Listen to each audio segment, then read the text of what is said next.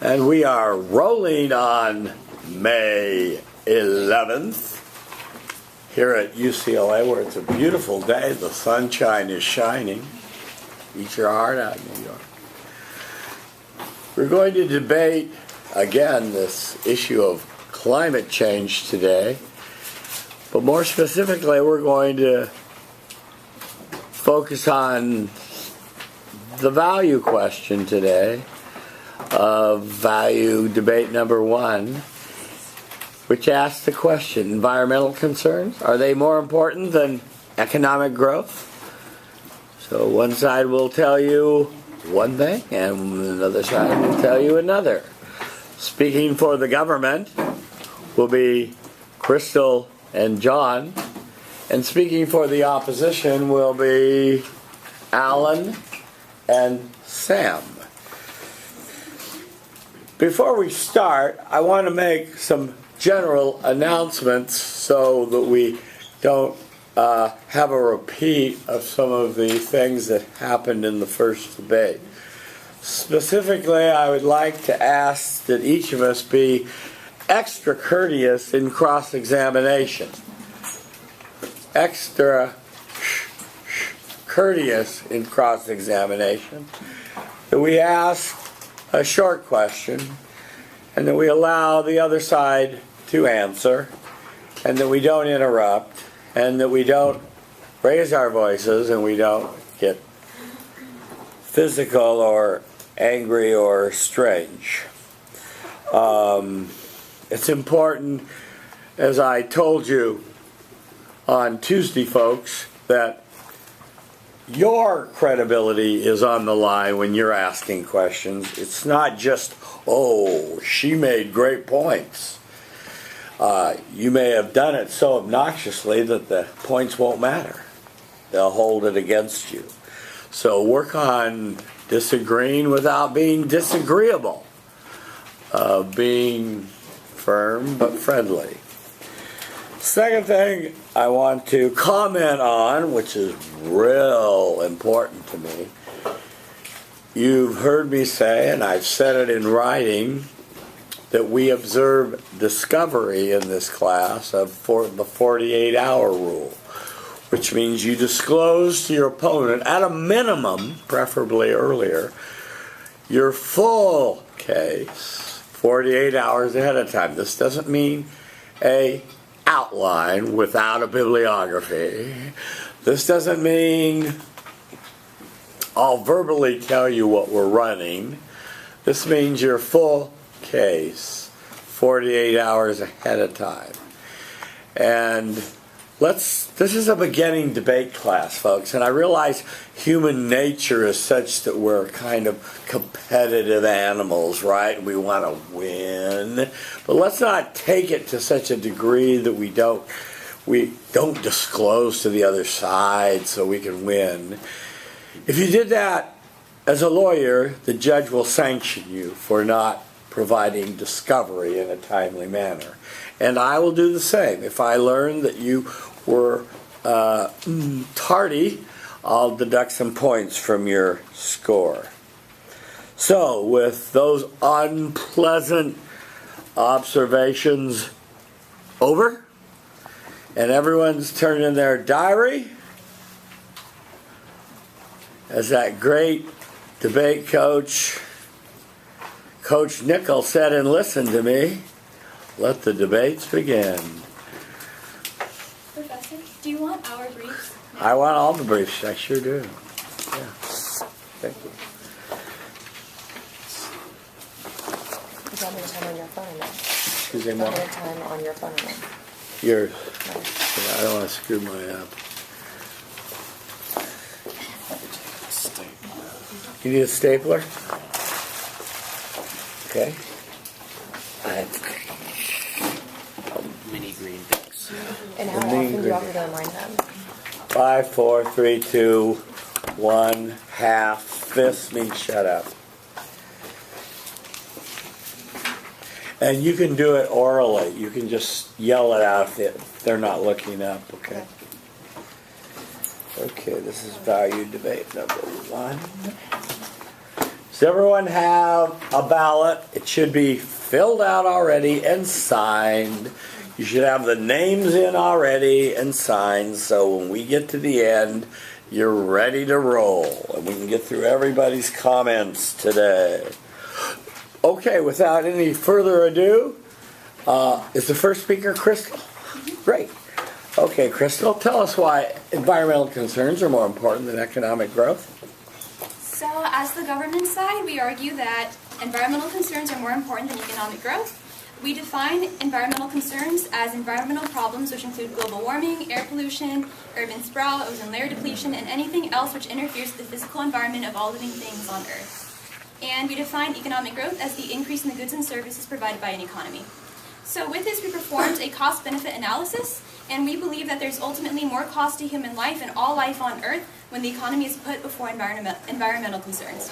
And with a hierarchy of values, we assess that the environment should be put above economic growth. With that being said, we believe that the value of all life is much more valuable than the value of economic growth. And remember this, you can't put a monetary value on human life or any life at all. So, first argument, environmental damage hurts the economy. These two things go hand in hand. The global deforestation that has been occurring as a result of the industrial demand for raw materials has resulted in the displacement of indigenous populations into the slums of urban centers. The United Nations Permanent Forum on Indigenous Issues reported in the 6th session of the UN that the forced displacement of many indigenous communities by development projects is resulting in extreme impoverishment and contributing to urban drift. In the cities, indigenous people suffer major disparities in all measurable areas such as lower wages, lack of employment, skills, education, poor health, housing, and higher criminal convictions. Also, crop failure due to pollution has impacted global health and the economy. The United Nations Economic Commission for Europe reported on its website that ozone penetrates into plant structures and impairs its ability to develop. Ozone was estimated to cause up to 16% crop losses of soy, up to 12% crop losses of wheat, and up to 5% crop losses of maize globally. In Europe, it was found in 2000 that economic losses due to the impact of ozone on 23 crops surmounted to 6.7 billion euros, which is a lot of money and a lot of food. Also, climate change has caused the increase in occurrence and severity of natural disasters across the globe, affecting the lives of millions in some of the world's largest industrial centers, and this includes the developing world as well. A 2009 comprehensive report called the Human Impact Report on Climate Change, presented in the Global Humanitarian Forum in Geneva, found that by 2030, the economic losses from climate change could surmount to $600 billion yearly. Furthermore, within 25 years as a result of climate change, 20 million people will fall into poverty and 70 million people will become displaced. Second argument, the decrease in biodiversity negatively impacts all life on Earth. The Endangered Species International writes on its website that as of 2011, approximately 50% of the medicines currently used are derived from natural products. At least 120 chemical compounds extracted from 90 plant species are used in the most widely used drugs throughout the world. Losing biodiversity therefore interferes with the discovery of new medications that could save lives and economies billions of dollars per year. Furthermore, the same organization found that flowering plants and crops are reliant on animals and insects to ensure their fertilization. For instance, bees, butterflies, and other animals transport pollen from one plant to another, which benefits humanity. Accordingly, 1/3 of the world's crops depend on these natural pollinators, with U.S. honeybees being responsible for the pollination of over $10 billion worth of crops. And also, it's no surprise nor secret that animals and plants in the United States and all over the world are becoming endangered. According to the National Wildlife Federation, the change in temperature, water, and food sources due to climate change have interfered with the country's wildlife's ability to survive.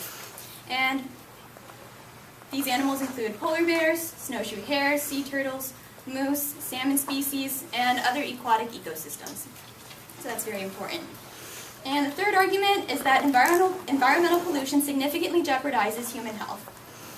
Pollution lowers life expectancy. Hold your page a little low. You're blocking your face. Sorry. Thank you. It lowers human life expectancy. First of all, researchers from the Medical University of Silesia in Warsaw, Poland, analyzed a 2009 World Health Organization study which reported that particulate air pollution is estimated to cause 2 million premature deaths worldwide each year, ranking as the world's 13th leading cause of mortality. For instance, in the European Union, In 25 nations of the European Union, premature deaths attributed to such causes surmounted to 348,000 deaths annually. Pollution also takes a toll on cardiovascular health, as the same researchers in Poland analyzed in 2011 that people with diabetes, heart failure, chronic obstructive pulmonary disease, and inflammatory diseases such as arthritis have an increased risk of death when they are exposed to particular air pollution or soot for 1 or more years. Such exposure for 2 years increased the risk of death by 32% for patients with diabetes, increased the risk of death by 28% with patients with COPD, it increased the risk of death by 27% for patients with congestive heart failure, and increased the risk of death by 22% for people with inflammatory diseases such as rheumatoid arthritis or lupus. Pollution is also linked to low birth weight and newborn mortality. In 2014, Jay Rankin and fellow researchers found in the Institution of Health and Society at Newcastle University that preterm births, stillbirths, intrauterine fetus growth retardation, births of newborns, and low birth weight and a risk of newborn's death because of respiratory system disorders have increased in the last 2 decades due to the influence of air pollution. And so without further ado, we conclude that environmental concerns are more important than economic growth because humanity is dependent upon the environment in order to survive. To summarize a little bit, the economy is connected to environmental damage, the endangerment of wildlife poses a threat to all living things, and the polluted environment harms the health of humans. And so make no mistake, everyone, life and health take precedence over economic growth because neither would function, survive, or thrive without a healthy environment. I now stand open for cross-examination and points of clarification, you always say, okay? So say that. What? I now stand open for cross-examination and points of clarification. I now stand open for cross-examination and points of Clarification. Thank you so much. Can we just start? Just start? Yes. You spoke This about wonderful lady here is your timer, so look at her. You spoke about deforestation and how it displaces indigenous populations. Could you tell me the current status of deforestation, if it's being reversed at all, or if the more forests are being deforested?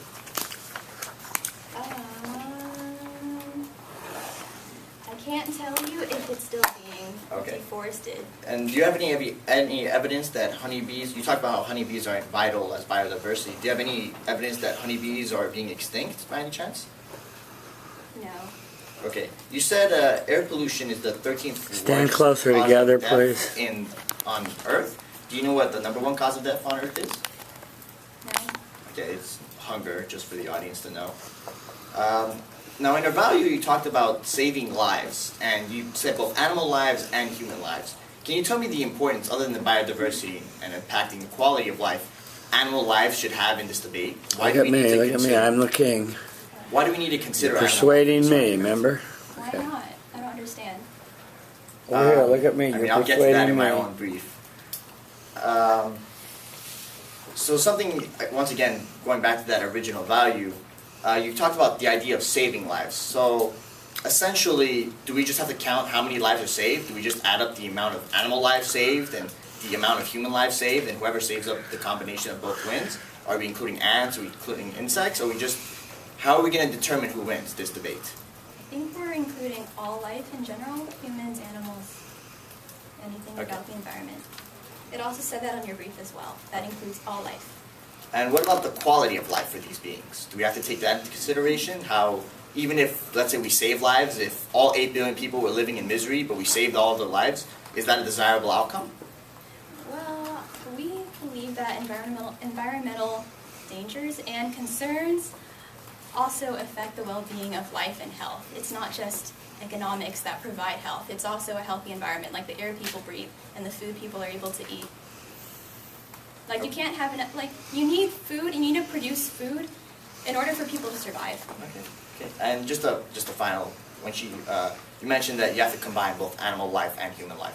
So if environmental concerns could save all animal life at the expense of all human life, but ultimately more life was saved than lost, would you be okay living on a planet where there's only animal life but no human life? Can you repeat the question, please? So the way the value is being judged is essentially the amount of lives saved. if environmental concerns can save life, both animal and human life. If the amount of animal life was higher than the life of, if the amount of animal life that was saved is greater than the amount of human life saved, is that still okay? Should we save all the animals on this planet without caring if humans are the ones at the expense? Are humans the ones at the expense? Time. Thank you. Thank you.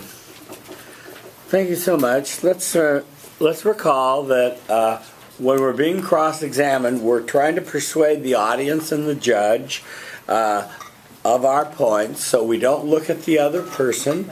They'll never change their mind. They're in an intellectual game with us. So look at the audience. Thank you so much.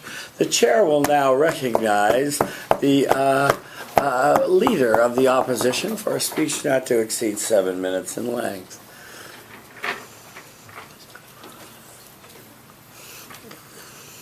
Good afternoon, everybody.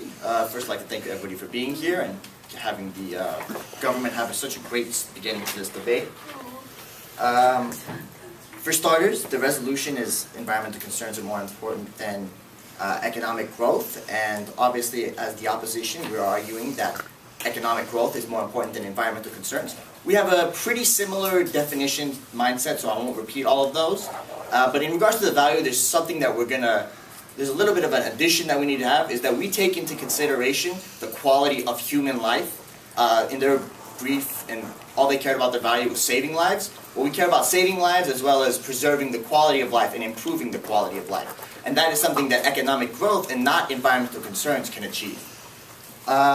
Essentially, at the end of the day, the way that this debate is going to be judged is that we're going to demonstrate which side can save more human lives, because ultimately that is what is most important. And it's going to demonstrate that because I'm giving a quick roadmap, because there is a tie with energy and environmental concerns such as that and wealth, reducing poverty will ultimately save more lives than any environmental concerns and climate change. But for starters, I'm going to talk about the current conditions of this planet and how that connects. Ultimately, it will lead up to Sam's final observation about that relationship between economic and energy. The first observation is that the conditions in the developing world are horrific. And the first is that because, as of right now, energy is still scarce in the world. Even with all the carbon emissions that we're doing, even with all the petroleum, the coal we have, in the developing countries, energy is still scarce. A statistic says with a third of all health centers and primary schools lacking any access to electricity, that means that 90 million students and 255 million patients are left being educated and receiving health care from places that have no power, and this is in Africa. And over 625 million people are without power in the sub-Saharan Africa alone. That's 68% of that population, according to the international agency. Due to a lack of electricity and energy, students are forced to learn under extreme heat. They have no access to air conditioning. There's no access to clean water. Hospitals have refrigerators that have no vaccines. And why? Because they have no energy. And what will environmental concerns do? Will environmental concerns help increase the amount of energy? No, do the exact opposite. It will put restrictions on these developing countries from accessing energy that they have in means via oil and petroleum and coal and other stuff like that. Second reason I have is that people right now in those areas rely on dangerous methods to cook foods and heat themselves just to survive.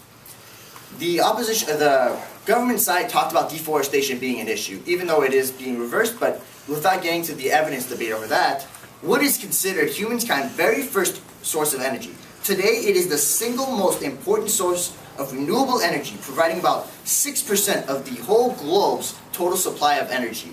More than 2 billion people use wood for heating and cooking. Yet we're somehow just going to stop using forests? That's my entire issue with this issue of deforestation. And that we can't really limit that because right now, 2 billion people are dependent on it. We talked about the indigenous people of Brazil being dislocated. And the number for that in the brief was 22,000 people in Brazil had to move because of deforestation. Well, if deforestation provides energy for 2 billion people, I'm sorry, that's a sacrifice that we're willing to make. Continuing on, in regards to cooking, when you cook with wood and dung in your homes in Africa, it's something we saw in the video, due to the smoke and toxics that are in the houses, a lot of people suffer from that. It is estimated that there's 915 million people living in the sub-Saharan Africa. 730 million people in the sub-Saharan Africa heat their homes and cook using traditional fuels like wood and dung. Inhalation of the smoke and fumes produced from burning traditional fuels result in 4 million deaths per year. That is because they have to use unclean sources of energy. They do have other accesses to source of energy, like coal and oil, which has a damage on environmental concerns, but it will save the lives of estimated 4 million people per year. More people are dying from this smoke and inhalation than they are from any extreme weather that you'll hear of. Continuing on. Finally, my second observation is that environmental concerns are just not practical. Even the Nigerian Minister of Power and Housing said himself that Nigeria cannot afford solar panel energy. It is estimated to cost them $150 million. The average person in Nigeria makes about $2,000. Yet you would think that the government is going to have enough money to support a program of $150 million. It's just not practical when they have access to oil and coal, which is just much cheaper. The second reason is solar, wind, and other sources of renewable energy are not ready to take center stage. Right now, 70% of India's electricity comes from coal-fired plants. About 17% come from hydropower, much of it from large dams, 3% from nuclear. That leaves about 10% India, a country that has taken strides to be renewable energy. Only 10% of their total energy comes from wind farms. And they're taking more aggressive stances, and they assume that even by 20 years, with these aggressive environmental concerns and regulations, that still coal will be the majority use of their energy.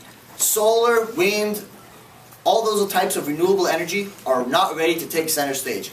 Even the head of the World Bank, who is very pro-anti-climate change, has said this himself.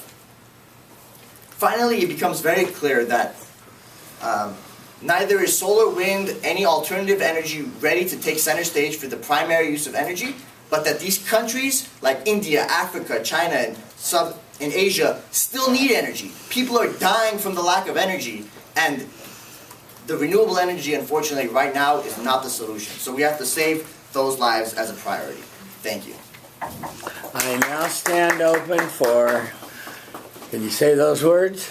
I now stand open for cross-examination and points of clarification. Excellent, thank you. Stand close together, please. Good. Okay, so in your brief you said that the protection of all life forms on Earth, as well as the quality of life for humans, is being assessed in this debate, right? Correct. And you kind of got me on the animals, so can you please enlighten me about why humans are more important than animals? Well, animals are important in this debate in the sense that if they can protect quality of life. It might seem a little bit harsh, but I'm not okay with living in a world where only animals exist and humans don't. If we get to protect more animals at the loss of human life, I'm not okay making that trade. At the same time, if something like biodiversity, something like medicine, if animals are connected to the quality of well-being for human life, then animals are important. But other than that, they just should not be factored in this debate.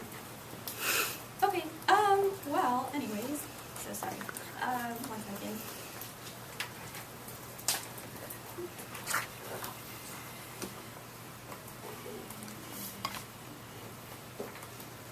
Great speech, by the way. Oh, you too. Sorry, I'm kind of concentrating here. Okay. Anyways.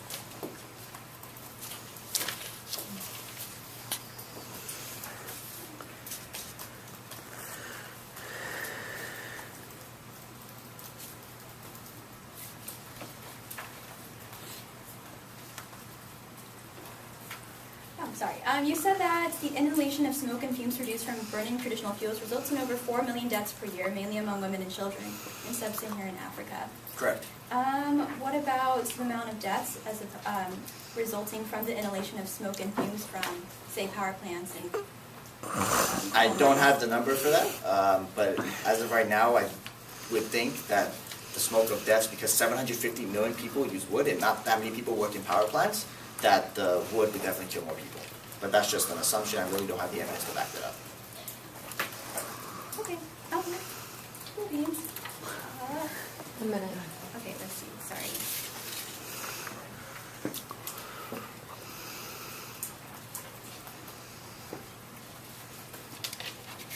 Sorry, so would you say that environmental concerns don't include all life forms, since you believe that humans should take a precedence over animals?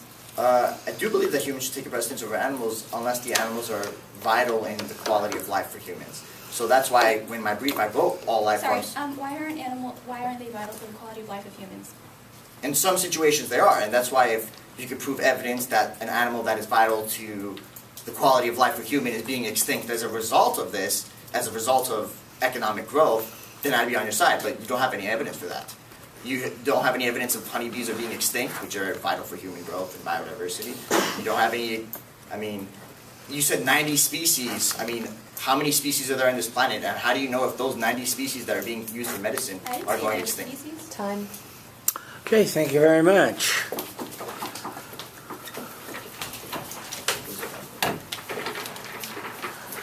Okay, Chair now recognizes a deputy member of the government for a speech not to exceed 7 minutes in length.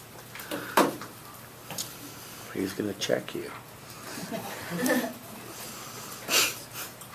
Alright guys, so definitions, resolutional analysis criteria I think have been covered pretty much.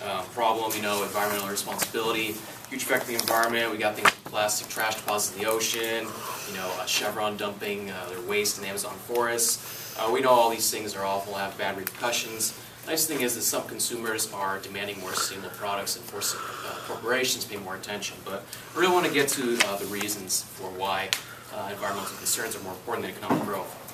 So I'm going to assert right now that the protection of nature is an unavoidable prerequisite for maintaining economic growth. Almost all economic activity is reliant and dependent on the beneficial services provided by nature. And now I'm going to cite Mr. Judy Bertoni from The Guardian in 2013. He noted that gearing policies that focus on economic growth more so degrade the services provided by nature and also take away from the massive economic value that these hidden services provide. And I call them hidden because we enjoy the soil quality and all these types of things, but when we do something and it's gone, man, do we suffer. And we're going to get into that right now. So the first one I want to talk about is the long-billed vulture, Gyps indicus, in northern India. So this vulture has been on the decline quite recently from a study by Ms. Makarandaya Anil in 2014. She noted that veterinary drug use in cattle and environmental contamination, as well as loss of nesting habitat, has resulted in the decline of these vultures. Why does this matter? Well, the decline in the vultures is an economically and environmentally significant value. They have the ability to dispose of remains that was estimated in this report to be around 34 billion. And the nature and the natural services provided by these vultures also protects human health. Pathogens from rotting carcasses are cleaned up less quickly because there aren't enough vultures in the environment. And we can also see another study updated this by Ms. Prakash Vibhu in 2014. It also noted that this drug diclofenac, when they put them in the cattle and the cattle would die and decompose, the vultures ate that, and that was what resulted in their decline. When they stopped using that drug, they found that actually the vultures started increasing the population again, which was a very nice thing to see. And so what I'm getting at this here, and what I'll continue with, is that when you tamper with the elegant and serene balance of nature, ecological consequences will soon follow, and the cost will outweigh any short-term growth, not even including the cost to repair the environmental damage as well, lawsuits and all those types of things. We can see another similar example from Ms. Ong Teresa in 2014. She had a study on a biological control about some insectivorous birds in Jamaica. What they did was they took away this bug from a coffee bean that was so damaging that it actually provided such a useful service because it was a form of pest control. And that was valued at $300 per acre and ultimately allowed a higher crop yield. And one of the real severe ones, my partner actually noted, and what Alan had faithfully questioned, was that bees. Mr. Warland, Justin of Time magazine on March 2nd, 2017, noted that more than 700 North American bee species are headed towards extinction. Okay, and so this has been a result to several things like human use of pesticides. Okay, and so bees provide the pivotal pollination service that underpins so much of the agricultural industry and has been estimated in a report by Mr. Bishop Joshua in the Economics of Ecosystems and Biodiversity. That pollination value, roughly estimated, was 190 billion. And you can also notice that biodiversity as a whole provides the foundation for businesses to even function in the first place. Biodiversity has gene variability, which allows for medicinal discovery and disease resistance. We can look at that same source by Mr. Joshua that 50% of the U.S. Pharmaceutical industry, that $640 billion industry, is based and reliant on that biodiversity. So what happens when you take that away? I think that really shifts the balance of scales for costs if we look in terms of comparing that to economic growth. Now I want to move now to a very interesting case. I personally found this kind of surprising. So with China from 1949 to 1981, they irresponsibly logged 75 million acres of natural forestation. Now we can understand a little bit of forestation, getting rid of that for our resources is good. But they disrupted the ecological balance so greatly that they lost so many services that what I call hidden, they now don't have them anymore. So what they determined in 1998 that as a result of this deforestation and the steep slope farming, flash floods in the rivers resulted in losses of 4,000 people's lives, millions were displaced, and ended with a $30 billion cap of damage at the end of the year. And the same source I noted by Mr. Joshua, I can't remember that guy, he had noted that the forest ecosystem services, those hidden services, provided $12 billion worth of benefits every year. That went away when we decided to irresponsibly go for the forest in China. And most ironically is that, timber, which is what you make out of like forest wood, the cost of doing all that forestation and the ecological damages actually inflated the price so much of timber that it costs more than if they had just done a simple forestation policy where we limited how much we could forest. That to me says a lot about how much the environment really provides for us. And now we can kind of see a little bit of a turnaround for China. We've seen that now they are a global player in renewable energy and are supporting these green technologies with aggressive domestic and international investment. Their new focus on renewable energy, noted by Mr. Slezak Michael in The Guardian this last January 2017. He noted that they own 5 of the largest solar manufacturing firms, wind turbines, and the world's largest lithium-ion producer. So they're finding out, they're trying to reverse their impact and trying to focus more on investing, growing their economy, but growing their economy by focusing on the environment. And we notice that this is also especially more prevalent with the smog and other type of air apocalypse events where it was noted in the eye.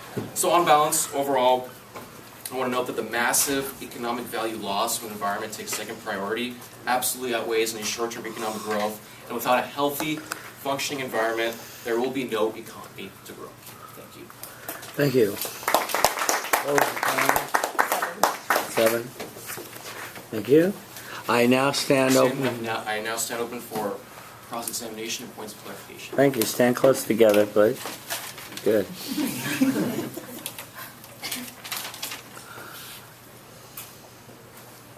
Start a time when I talk. Whenever you start talking, yeah. Okay. How are you doing today, John? They're pretty good, yeah. It's been a midterm this morning. Me too, actually. So I had a big question regarding, you talked about the hidden costs, essentially, that these services, hidden services of all these biodiversity and all these different forms of life. So are you essentially putting a dollar value on these non-human forms of life? I'm putting a value on these services, these ecological hidden services that I talked about, because really they should have a value. They provide a value to businesses, and without that value to businesses, businesses could not function. So that's why I put the value on that. Right. But if we could provide that value through some other means, like through a technological means, do we still need the animal or the life form or whatever that's providing that service? I'm not sure what means of exclusivity are you saying here. That you want to rephrase that? Yeah, so I'm saying, like, if you can provide some kind of a technological device that essentially performs the task that a natural service would do normally, do you still need that natural service? Like, is it valuable? Are those trees, are those bees, whatever it is, valuable inherently of themselves, or are they only valuable in terms of what they produce to us? I mean, I was thinking about this the other day. I mean, if you can make little magnetic bees that can pollinate for us, and that would be great. But I don't see something like that even being possible. I think that services that can't be replaced that easily really should be focused on because of the pivotal role they have in agriculture, for example. Okay, and you said earlier that we generally should not tamper with nature. So do you think that applies to things like modifying rice to have more vitamin A so that we can help kids who are going blind because of vitamin A deficiency? I enjoy that type of debate. I actually like talking about GMOs, but it's a little bit of a separate issue. And I will also note that, particularly with vitamin A in rice, the body has been actually shown in some research studies to not be able to absorb it as well. But we'll leave that as a separate issue. Okay. And you talked about the vultures that are dying. How are they dying? Are they flying into wind turbines? Oh, that's cute.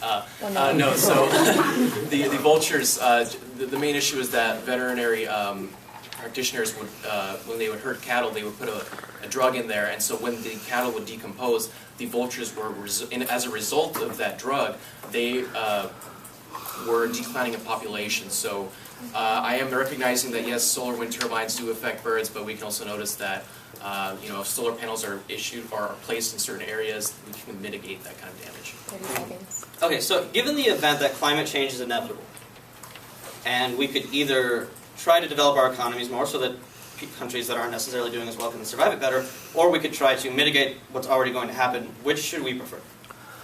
To me, I've been thinking about this, and for me, I'm a risk-averse person. So when I just think about, the potential of ecological disasters, things, irreparable harm, all the things they have to go through in the future, I just think it's more cognizant to be a little bit more responsible right now, and then be able to be more prosperous in the future. Time. Okay. Thank you. Thank you so much. Well, you can, I guess, remain standing, and the deputy member of the opposition will now tell us why the opposite of the affirmative resolution is true. Okay, so first and foremost, I think that we've all kind of agreed on both sides at this point that what we're really evaluating is what is the most valuable to human life and human quality of life. Because we're talking about all these animals and all these hidden services that they provide, but it's ultimately saying those things help humans out. So really what we're looking at is, are humans going to be better off if we prefer the environment, or are humans going to be better off if we prefer the economy? We're strongly arguing in favor of the economy. And I think that's going to be important when you get into a few of these questions.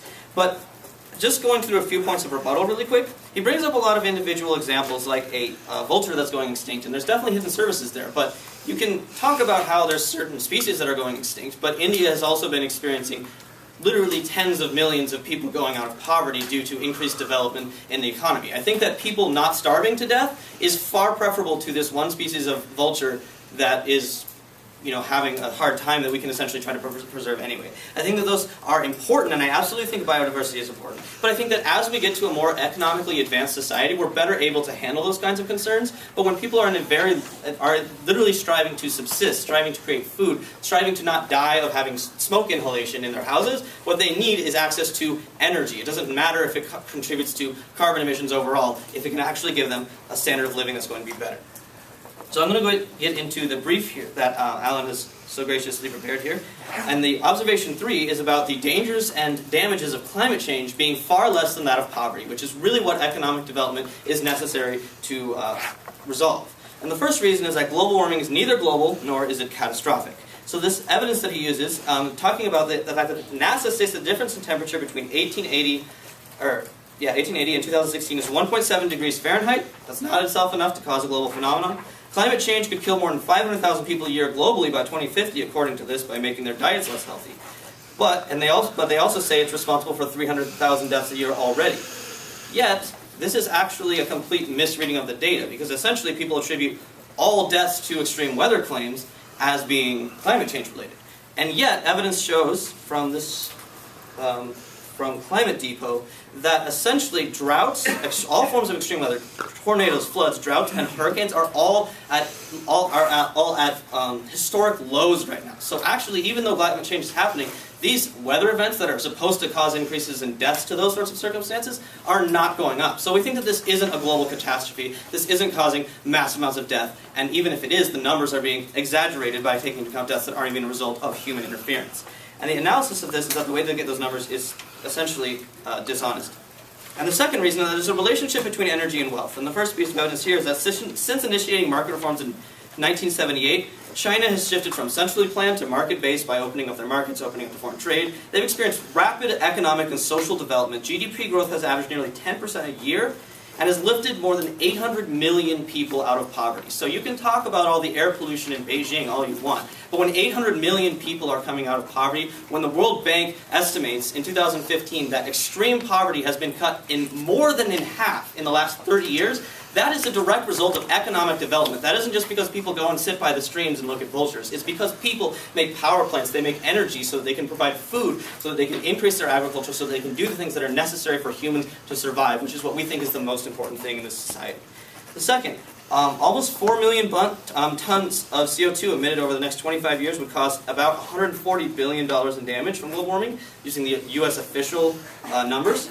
The increase in coal use would lead to more air pollution, costing about $30 billion this period. At the same time, Africa would become almost $7 trillion richer if they didn't cut those carbon emissions. Indoor air pollution would essentially be eliminated for about 150 million more people, with social benefits worth nearly $500 billion and power reach 230 million extra people, generating benefits worth $1.2 trillion. You just have to look at the industrialized societies like the United States today. We put out way more carbon emissions and all sorts of things like that per capita, but we have far greater life expectancies, far greater health benefits and economic benefits that really do constitute an increase in our quality of life, and I think is extremely meaningful, and this shouldn't be denied to people who are literally having to burn wood and dung to survive. The same general argument also applies for India. So, for example, in China, CO2 emissions have increased by 500% since 1981, but the country's poverty rate has plummeted, or extreme poverty, from 89% to less than 10% today. The 7 poorest countries in the world, Central African Republic, Dominican Republic of Congo, others, all have populations that have less than 25% accessibility to electricity. No, you're fine. Okay. That's the battery timer, thank you. Meaning that only a quarter of their populations, for some countries, even fewer than 10% have access to electricity. So this isn't just a situation where it's like, oh, people have all these luxuries. The thing is, people often make like kind of wishful thinking about the past, and they say, well, hunter-gatherers survived. But we have 7 billion people living on the planet right now.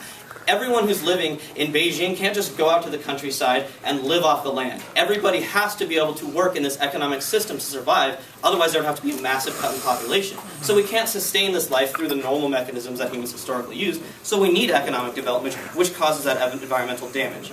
And so from 1993 till now, India has heavily relied on fossil fuels. While doing so, poverty has went down to 430 million to 270 million. And then you have to take into consideration that while that happened, the population went up from 900 million to 1.2 billion. So even a substantial increase in population and a decrease in overall poverty has a massive effect. So the analysis of that is that there's no question that if these countries can sell their oil to make revenue, or provide electricity to their citizens, if they can make coal plants, for example, instead of having to buy expensive solar plant panels and wind turbines from Western developed nations, then they're able to economically develop from that. They're able to use that money to invest into their own economies, to invest in their own people, to create local businesses, which is absolutely important. And third reason, poverty is the biggest killer on Earth. 1 billion children worldwide are living in poverty. According to UNICEF, 22,000 children die each day due to poverty. Preventable diseases like diarrhea and pneumonia take the lives of 2 million children a year that are too poor to afford proper treatment. The World Food Program says that the people are hungry and their hunger traps them in poverty. Hunger is the #1 cause of death in the world. So we say, how do you alleviate that? You provide people access to food. You provide people to, what is that? Wrap it up. Okay. Well, you have 30 seconds. Oh, okay. Yeah, so you provide people access to food, and you give them all of those resources that they need to survive. If we cut that off for a goal that we can't even necessarily achieve. If you listen to Bjorn Lomborg's article, he said that even if we did all of the carbon emission cutting that we were supposed to in that Paris climate deal, it would be 1/100th of what we need to cut the temperature increases from the 1.5 degrees people are saying is going to happen. So what you ultimately do is you're going to destroy people's economies, destroy their abilities to develop in that way for a goal that is not going to be reached in the first place. And I think that is ultimately an abhorrent thing to do, and I stand ready for cross-examination. Okay, thank you so much.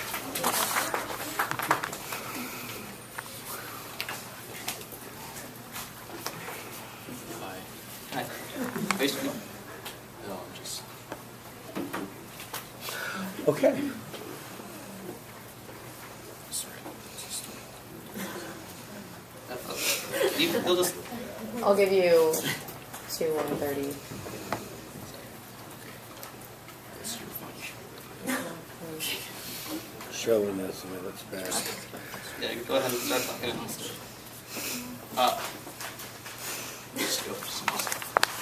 Okay, so I just wanted to kind of note here. So you're saying that bad poverty.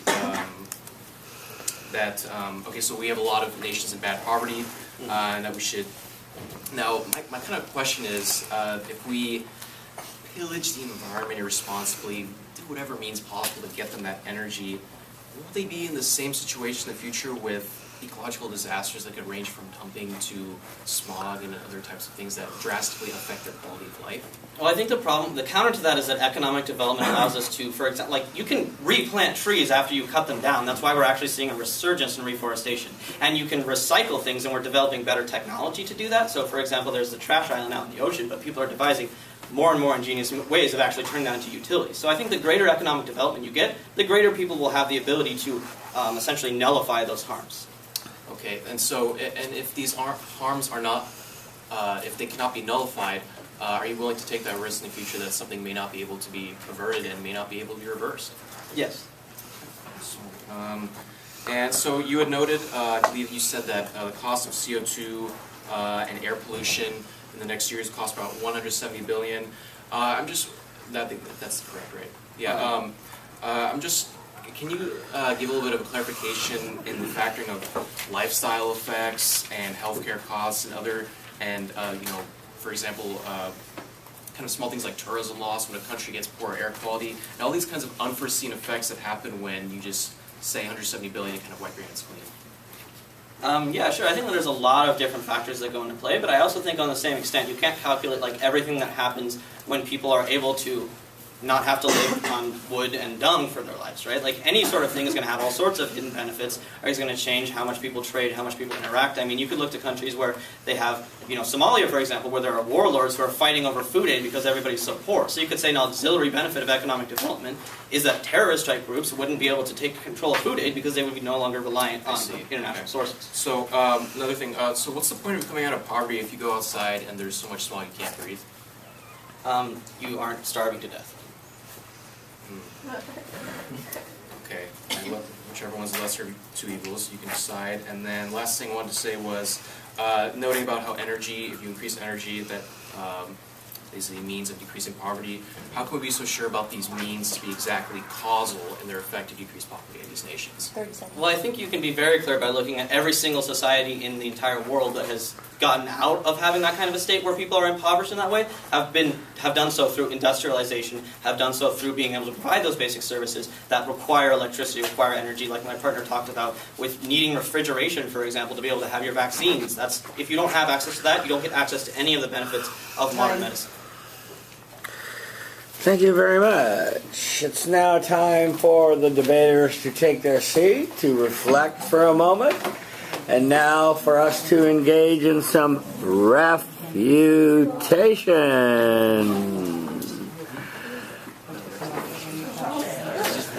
And the chair will first hear from the leader of the government. The chair will now hear for the leader of the government for 3 minutes of refutation, which involves the following form. They said, I disagree because, therefore. Okay. So, anyways, they say that economic growth is vital for improving the living standards of developing countries. We disagree because a decline in the quality of health and life standards due to a damaged environment will mitigate any improvement caused by a growing economy. You can't put a price on human life, since they love humans so much and not animals. But anyways, you can't put a price on human life.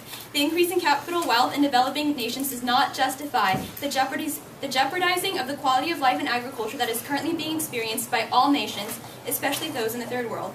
Poverty and environmental concerns go hand in hand. As mentioned above, environmental damage has played a role in the displacement of indigenous people in urban slums, crop failure, and an increase in the occurrence and intensity of natural disasters. Therefore, an increase in polluting industries would only heighten these negative impacts on the economy, socioeconomics, agriculture, and productivity of these developing nations. They say that They say that much more is being done to save endangered species and animals from the environment than there has been to save humans who are struggling to survive in weak economies and industrial societies. We disagree, because helping other humans is not only limited to economic development. Implementing stricter environmental codes and regulations to combat climate change helps both animals and humans. Human beings are dependent upon animals and the environment in order to survive. As mentioned before, a decrease in biodiversity due to climate change severely affects human health, as 50% of our medications are derived from natural products. Forests help purify the air we breathe. The wetlands support the livelihoods of local communities, and 1/3 of the world's crops are dependent on natural pollinators. Therefore, helping the environment helps animals and humans as well. They say that humans first, animals second. And I don't even understand why. I just couldn't understand why, because they said that as long as animals pose a threat to human well-being, then we focus on the animals. But it makes no sense, because we believe that all life is valuable, because it says environmental concerns are more important than economic growth, and the environment includes everything in the environment: humans, animals, anything that breathes. And so, anyways, if we say no to animals because they don't have a cognitive ability like us humans, or because they don't contribute to the future like us humans, then doesn't that mean we're also saying no to people with disabilities who also can't contribute to the future? Doesn't that also mean we're saying no to infants who don't have a cognitive ability like us right now? So anyways, remember, under the resolution that environmental concerns are more important than economic growth, we side with life, because you can't put a $ or a monetary value on life. Thank you. Thank you. What was the time? 2:50? Thank you.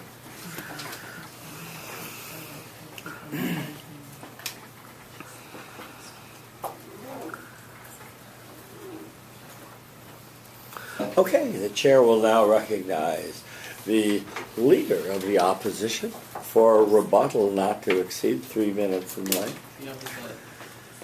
No, I have memorized.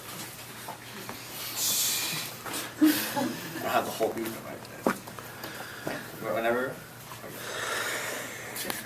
The opposition has said that environmental concern and economic growth go hand in hand. As if we increase environmental concerns, poverty will also go down. If we don't, poverty will go up. We disagree, because the evidence that we have demonstrated shows that when countries such as India and China have increased carbon emissions, when they have not been concerned about environmental concerns, poverty has gone down. That is as a result of manufacturing, creating coal plants. So this idea that they go hand in hand isn't necessarily true. And these countries, in order to reduce poverty, were not concerned about environmental concerns. I find it a little bit ironic that the government side is bringing up this idea of animal life, and we value animal life, when all the evidence that they use to support why animal life is even important in this debate is because it supports the quality of life for human beings. Their sole purpose for animal life is to improve human life. Nowhere in their brief did they give evidence that animals hold value on their own. Because if they held value on their own, then they'd be okay with a situation when there was no human life, but that there was animal life. If you were given the opportunity to live in a world where there's humans but no animals, or in a world where there's only animals and no humans, every single one of us would choose humans without any animals, because we could replace the services, like my partner said, of animals and the things that they provide with us through technological means, which can only be achieved, by the way, if we're developed economically. Ultimately, I told you in the beginning of this debate, the winner of this debate was going to be the side who could save more lives. I've given you statistics that 4 million people die from smoke inhalation due to wood and dung. 22,000 people die every single day from hunger. Environmental concerns is not going to solve world hunger. Economic growth will. So I am saving the lives of the hungry, those who are choking to death due to inhalation, and ultimately our side is the one that is saving more human lives. Not to mention that these countries will prosper $7 trillion through the African Century Program, with programs that accept fossil fuels such as coal and stuff like that. So the quality of life is also improved. Ultimately, I don't need to say any more. It should be clear which side saves more lives. Okay, thank you, Helen.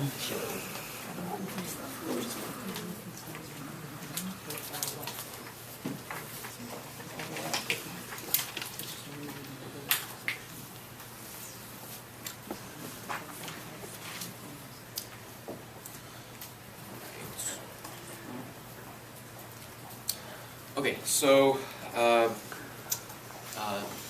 Sam had noted that he made the inequality, proposed the inequality to us, that the suffering from starving to death is less than or equal, is less than not being able to breathe when you go outside. I'm going to have to disagree with that. I just want, these types of comparisons over who suffers more because of what, it doesn't really sit with me, because the short term, yes, we can, you can have an iPhone, you can have, economic luxuries, but what happens after that? I'm talking about the long run. What happens after that? You absolutely have environmental uncertainty. You absolutely have a lot of things that can happen. And for these types of reasons, I just find that environmental concerns really have to be at a prioritized point, and that's why I believe that they should come first. Another point was that they had said that the poor suffers more with poverty than with ecological disasters and concerns relating to the environment. I would like them to direct that kind of concern, that kind of statement to people in Anniston, Alabama, who are still dealing with cancerous effects from Monsanto's dumping of PCBs in the 1970s, or the Amazonian indigenous that are still dealing with higher miscarriage rates because Chevron didn't want to pay an extra fee to dump their oil, so they just left it there and it sat for 20 years. These kinds of long-term effects, to me, have such a significant risk and effect in our society that they really should come first. That's why we also believe that environmental concerns, therefore, should be prioritized. And then another point I want to talk about is they say that industrialization will bring these countries out of poverty, and with their means, whether it be energy or whatever means industrialization say.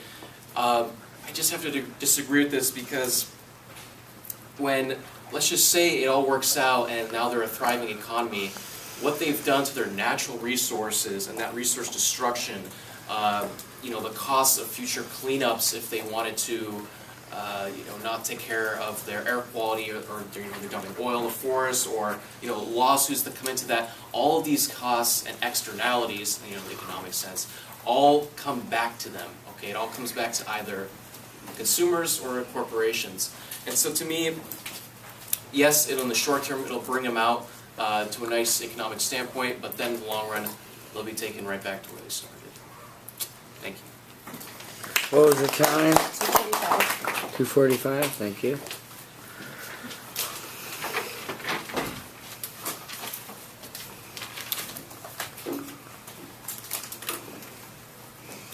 Okay. Chair recognizes the member of the opposition for 4 steps of refutation not to exceed 3 minutes in length. Thank you. I think there's a certain irony in talking about economic luxuries and saying it's just about getting your iPhone or something like that, when we're living in a country where we have all sorts of luxuries and where other people don't have access to that at all. And when we just assume that economic development means getting excess things that you don't need, then of course you would prioritize the environment. But we say economic development is the fundamental ingredient that you need for society to be able to live a basic human quality of life of what we consider to be these standards. And I said if those standards are good enough for us, why are they not good enough for the developing world? So I think when you talk about these short-term economics, you're really comparing this on the short-term versus long-term, which he claims that they went out on the long-term because you have irreparable environmental damage. I say, first off, that's not necessarily true. You can look to every country that is industrialized. Sure, there are areas where we've polluted or there are problems that have been developed, but it's not as if the United States is unlivable. It's not as if, because we focus so much on capitalism and industrialization and and economic development, we can no longer go to national parks and things like that. Actually, economic development improves our ability to do those sorts of things because as we get more efficient, for example, we get better at developing more efficient solar panels. That's actually why when he brought up that China is investing in solar panels, they're not doing it out of some altruistic desire to save animals. They're doing it because they recognize that it is a valuable market that's growing. It's not ready yet, which is why it's too expensive for places in Africa to start adopting it, but it's certainly something that for developed, advanced industrial societies to start investing in because it is certainly the future. But that is not saying that economic development, that it's in the face of economic development. That is a direct result of economic development. Economic development allows us to have more efficient means of farming agriculture so we don't have to use as much land. Those are the kinds of things that we think are extremely good, and we don't think that on the long term you end up with a society where everything has been destroyed. We think on the long term you end up in a society where people are no longer having to struggle for their basic survival, and now they can actually focus on restoring any damage, or they can stop deforesting because trees do regrow, and they can actually enjoy the standard of living that we do here. We think that that isn't a luxury. We think that's a basic necessity of life that we think that everybody has deserves access to. But really, I think another point that Crystal brings up is about animals, and I think that I want to settle this really quick. The thing is that, yeah, animals are cool or whatever, but if we could choose humans or choose animals, as humans, we're obviously going to choose animals. If you ask the lion, what species do you want to save? The lion's probably going to say, oh, lions? Because that's what we are. And so I think that it's not that all animal life has no value, it's that ultimately we have to look at things from an anthropocentric perspective, because otherwise you would say, well, the damage from humanity is far too large, we should just kill ourselves. Because if you really wanted to protect the environment, humans just must not exist. So we think that if you're really weighing any kind of reasonable balance there, you're going to prefer what ultimately benefits humanity the most. And I think that that's really important. So, yeah, so just the last thing that I really want to highlight isn't so much a rebuttal point, but it's kind of just a point of what we've talked about in the past, is that these climate issues, these like global warming, things like that, are far too large for any one country, any one individual to take that burden all on themselves. And I think that when you ask the developing world, which is responsible for a massive amount of those emissions, to sort of cut it and just never get to the standard that we have here, then you're really kind of oppressing people. You're really not letting people live the life that you're living. And I think that if you want to do that, then you should try living in a country like that and living under those standards.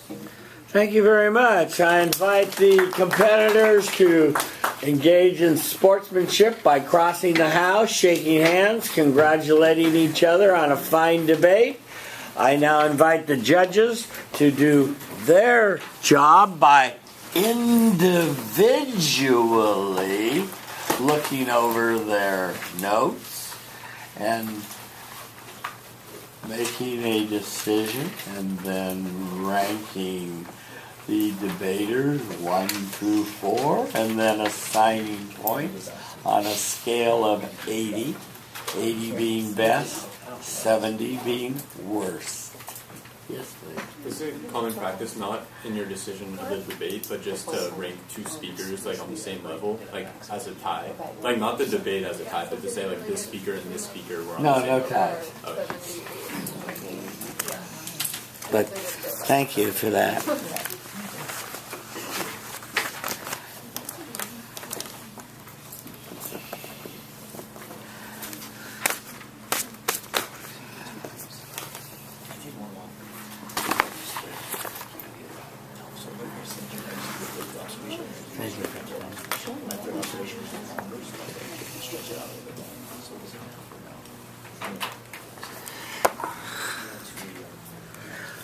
This would be an appropriate time to change the battery. So let's do that. Yes. Did you rank it 1 through 3 then? No, 1 through 4. Send to Sam's debater. What energy?